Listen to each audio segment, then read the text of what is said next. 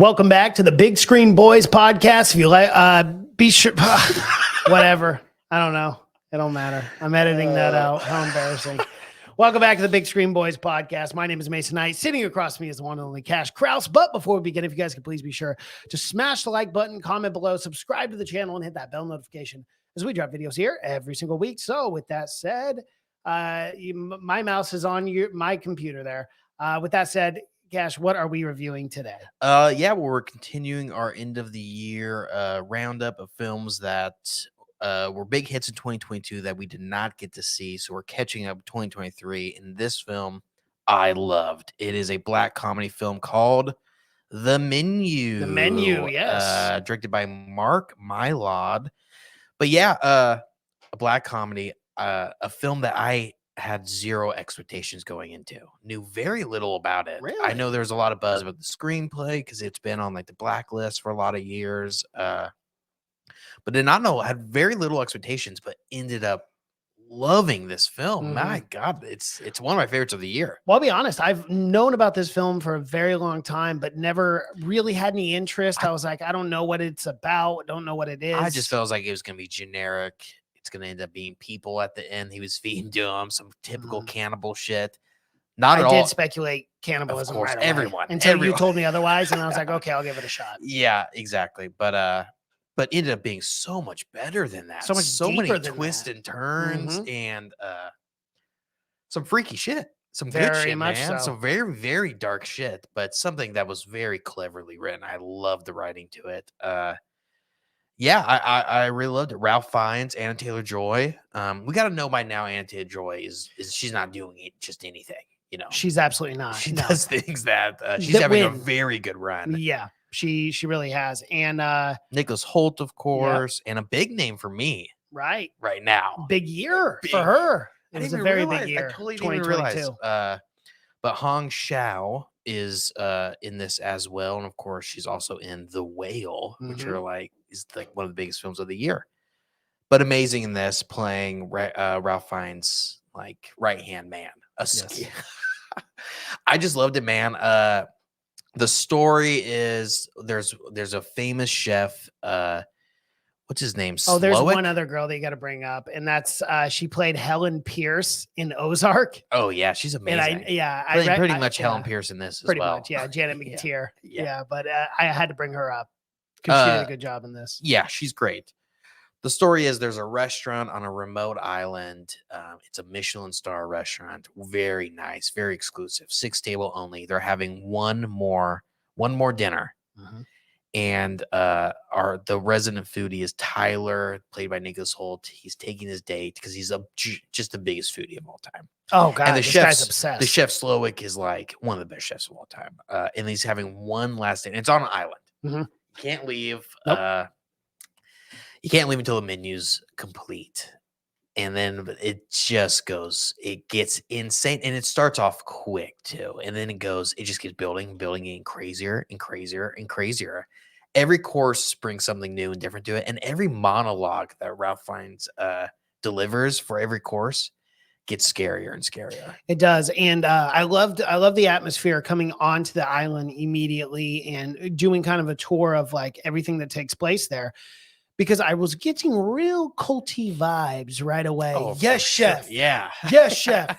No, chef. And don't you guys ever get burned out? It's so many chefs. So many chefs were like, what, 12 people? A lot of people there. You wouldn't think it was like they were serving like 80 people. But yeah. And very funny though, too.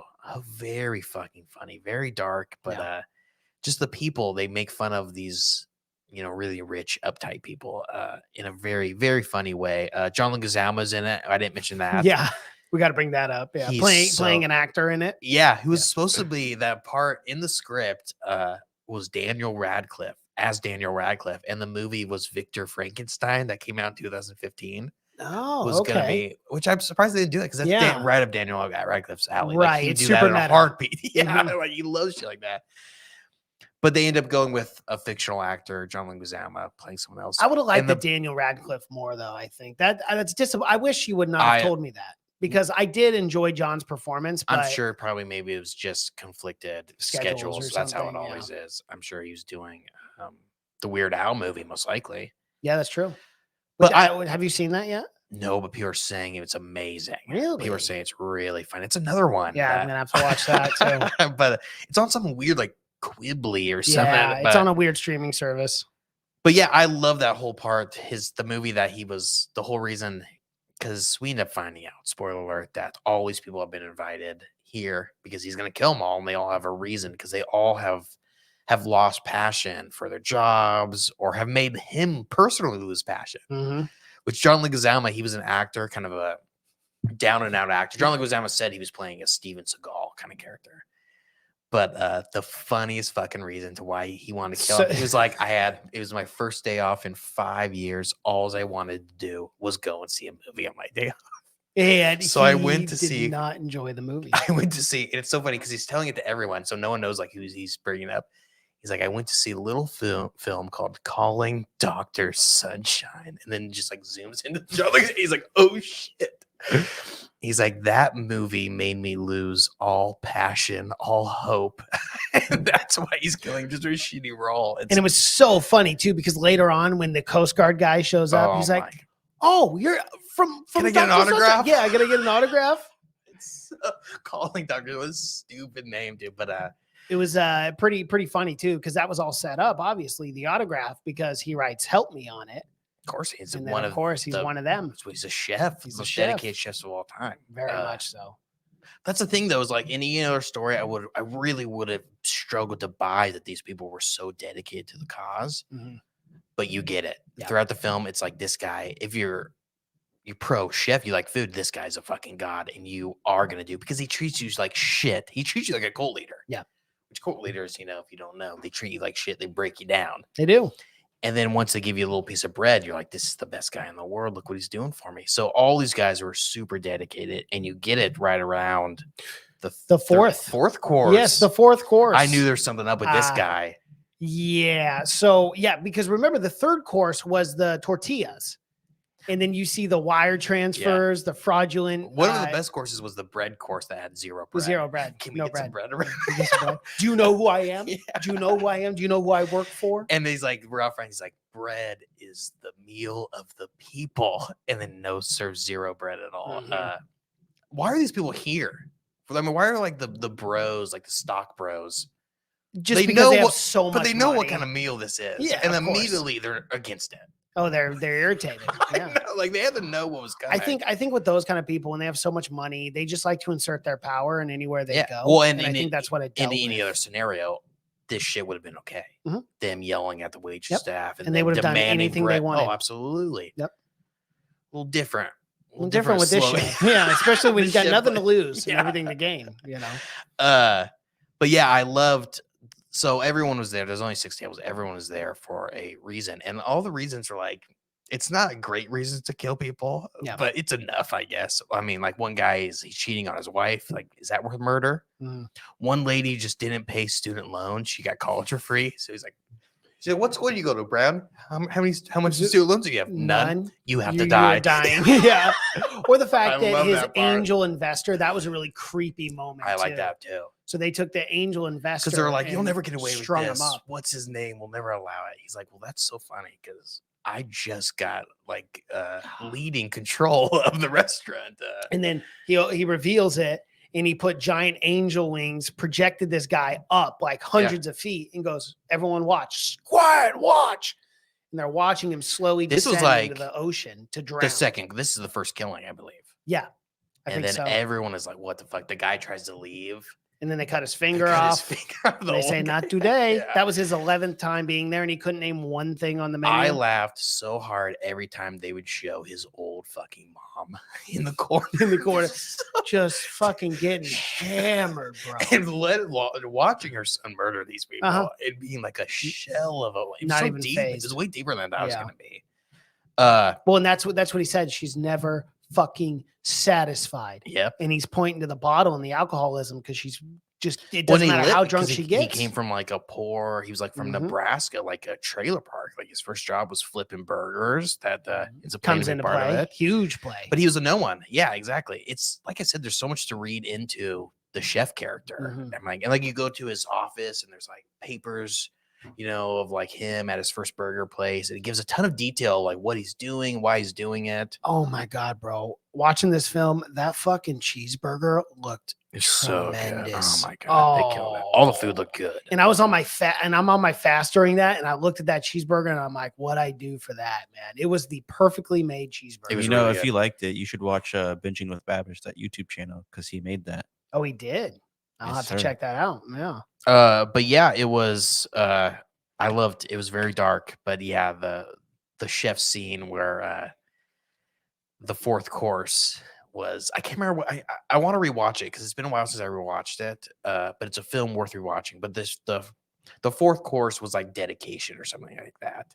And you get the chef that comes out and he fucking No, it's called The Mess. The Mess. The Mess is what it's called. Yeah. Yes. And they come out. I just watched it, so I can remember Okay, that. I'm glad. It's been weeks, maybe in a month, but they roll out a big tarp, which that's a bad sign. Yes. Anytime someone's laying down a tarp, it's bad. And this was a heavy, heavy moment in the film too, because it's the guy's name's Jeremy, right? Pretty sure. Anyway, or Tyler. Yeah. Tyler or Jeremy? One of the two. The monologue he gives about Tyler never going to be good enough. Yes. Never. It's that and thing. it's right to his face too. He's like, he's a good chef. Yeah. But he's not a great and chef. he'll never be like me. me. Yeah. Yeah. But he wants to. That's all he wants to be is me. And then you can tell he's worn out. Oh, yeah. This He's chef. just like, he's tearing up. He's tired. Yeah. You can tell this is a big relief Depleted. for him. To finally be able to just end it, which is horrifying. It's good, man. Yeah, it was good. It was heavy. Dark. It was funny. And I love how, you look at Janet McTeer's character and she's so oblivious to all this. She just literally thinks it's an act. Like there's no possible way that, the worst he would kill us anything, It's kind of that I'm so powerful. Well, each one of them is more than just what this sin they did. It's like each one of them. It's like it's for her, definitely it's the critic and the artist for sure, where she's going in and she's thinking this whole meal is for her. Like, oh yeah, like everything is just for the whole thing. Egocentric. She literally says that. Yeah. This whole thing's for us. Exactly. And it's I was reading. I did not think about this, but each table is all of the 7 deadly sins. There's 6 tables. Greed is Soren, Dave, and Bryce, the embezzlers. Yep. Gluttony is Tyler, who's the worst character, who only is he knows he's gonna die, and he came there anyways for a good fucking meal. Piece of shit. But lust is Richard, who cheated on his wife. Wow. Envy is George, who was the washed up name dropping actor. Pride was Lillian and Ted, who believed the dinner was just for them. Sloth was Julian's mother, who did nothing to stop her husband's abuse. Julian's mother, because remember the dad beat him up and everything, and she didn't do anything. And then Wrath was Julian and the chefs, who murdered everyone. Wow. I didn't even. I didn't. That's pretty deep, man. I didn't even notice that. Yeah. And normally I'll pick up on something like that, but wow. Well, it's not like you're not beating you over the head with it for sure, and because you don't even see, but his mom is part of. She was invited there for a reason too. They even gave her a little fucking card table in the corner, like he wanted to kill her also. But again, I always looked at Tyler's character and the gluttony, right? And I was like, man, there's something they're alluding to here, but that makes perfect sense. It's a 7 deadly sins. And because every time something crazy happened, he was like, oh, this is wild. Yeah, and he's still just eating. Yeah. And another thing too, he's taking his date's food constantly. And that's gluttony. But Anya Taylor-Joy is so fucking good in this. She really is. Is she bad immediately? She's like, she kind of represents the chef, like what kind of food was about. She's not like she doesn't like food or anything. She's like she doesn't like the over the top, the complicating food. She's just a good old girl from Arkansas. She's like, she talks about one point, like I would just rather have an oyster than a deconstructed oyster on a bed of stuff. And like, it's a great character, and it's a great twist that ends up being she was never supposed to be there. She was never supposed to be there, and I love that moment with the chef when she goes on a bathroom break to go have a cigarette, right? And remember, Tyler was all on her, being like, "You're not gonna have a cigarette." In the very opening of the film, it's gonna ruin your palate, blah blah blah. But she goes in there and sneaks a cigarette, and the chef walks in. It's like everyone's dying. Who are you? Yeah. Like, who are you? Why are you here? And that was a very, very he scene. decides to kill her. He does decide to kill her until the very last scene. When he goes, you're going to die either way, but are you with them or are you with us? Yeah. And then she inevitably betrays his trust, but somehow wins in the end. I know. I loved one of the most tense scenes is when he makes Tyler cook. when he's like, "Oh, you're a foodie." Oh, really? Oh, come on, You up. know everything about it.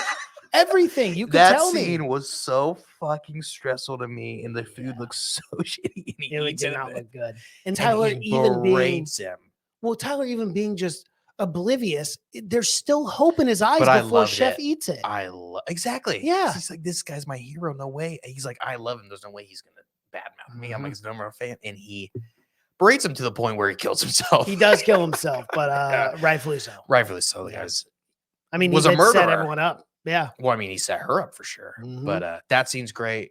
Well, and that's so messed up too. We got to bring that up. The fact that That's a great twist as well. it's a great where he breaks up with his girlfriend. So he brings this escort, whatever you want to call her, right? She was an escort. Yeah, an escort. She says that.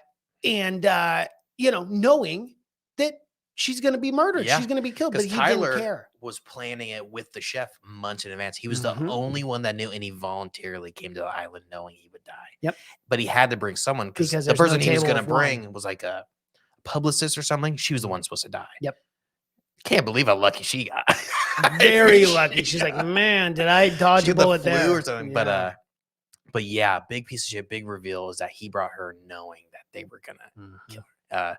That part's good. The hunt is really good. He's like, I'll give you guys all 5 minutes or whatever. I know he doesn't even run. And then the chefs come out and they're just fucking Chasing. I thought for sure they were gonna kill him during that. I was very bring him shocked. back. Yeah, they just brought him back. Yeah. There's a reason for it. Oh, of course. Yeah. I liked it though. I liked it a lot. The guy running with the bloody hand. It's all fucked up. I love how one guy does almost John get away. pulled his hammy so he couldn't run anymore. That was good. One guy gets the boat. He's going, Yeah. he's just gonna go out in the boat. But the chefs are so funny. They're like Marines. Do you want to hear something pretty wild too about this film? Do you know the producers of this film were Adam McKay, I know. Betsy Kosh, and Will Ferrell? Well, that's how good the script is. To get on the blacklist it's I've talked about it before, but it's the list of scripts that are so good just haven't been made by Hollywood yet.